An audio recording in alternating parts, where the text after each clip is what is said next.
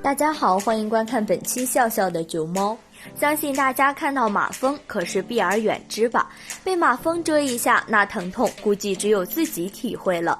而且被马蜂蛰一下是有毒性的，需要赶快处理。要是马蜂选择在你家屋檐下做巢，那只能怪你倒霉了。一名男子家就不幸的被马蜂当做了筑巢地点，这下可苦了小哥了。马蜂窝就在自家的屋檐下，进出门都担惊受怕的，而且还时不时的被蛰一下。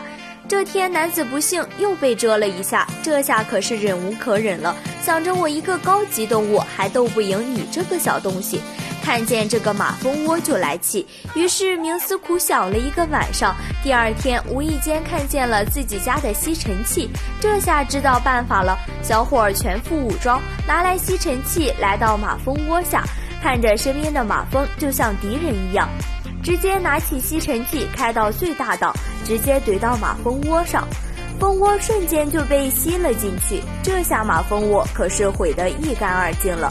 看见被消灭干净的蜂窝，周围的马蜂也散了不少。但是小伙就不怕马蜂来报仇吗？不过看着马蜂窝被吸尘器摧毁的样子，是不是看得还有点爽呢？这也相当于一种正当防卫了吧。好了，本期的视频就到此结束了，感谢大家收看。各位小伙伴们有什么想法，可以在视频下方点赞留言，我们下期再见。